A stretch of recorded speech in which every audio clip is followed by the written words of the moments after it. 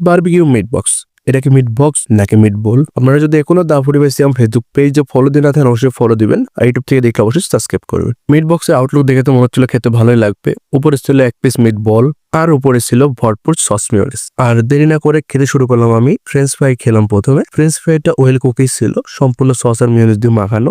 Meet বক্সের ভিতরে sausage আর chicken গুলো ছিল বারবিকিউ করা। মিট বক্সের ভিতরে মিটের সাইজ গুলো ছিল মাঝারি সাইজের, মানে একেবারে ছোট না বেশি বড় না, মাঝারি সাইজের। মিট বক্স নাকি মিট বল এটা নিয়ে একটু কনফিউশন হতে পারে। এটা হলো মিট বক্স। খাওয়ার সুবিধার তো ওনারা এটা বলে দেন যাতে আমাদের খেতে কোনো অসুবিধা না হয়। আপনারা যারা ফ্রেঞ্চ ফ্রাই পছন্দ করেন, সসেজটা পছন্দ করেন, আপনারা এই মিট বক্সটা ট্রাই করতে পারেন, কারণ এই মিট বক্সের ভিতরে সসেজের পরিমাণটা ছিল বেশি এবং ফ্রেঞ্চ ফ্রাইয়ের পরিমাণটা ছিল বেশি। মিটের পরিমাণ যে একেবারে কম ছিল তা নয়, মিটের পরিমাণ ছিল পর্যাপ্ত পরিমাণে। মিট বক্সের ভিতরে সসেজ, চিকেন, ফ্রেঞ্চ ফ্রাই গুলো সম্পূর্ণ সস মিওনিজ দিয়ে মাখানো ছিল, যার জন্য এটা খেতে একটু বেশি ভালো লাগতেছিল।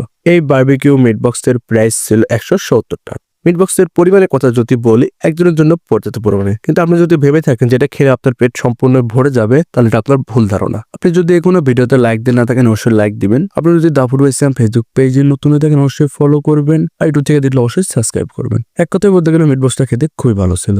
আমি এত সময় ধরে যে রেস্টুরেন্টের কথা বলছিলাম, রেস্টুরেন্টের নাম cafe butterfly. Cafe butterfly location হলো রকগড় থেকে গেলে দিঘি বটতলা মোড় পাওয়ার আগে হাতের বামে।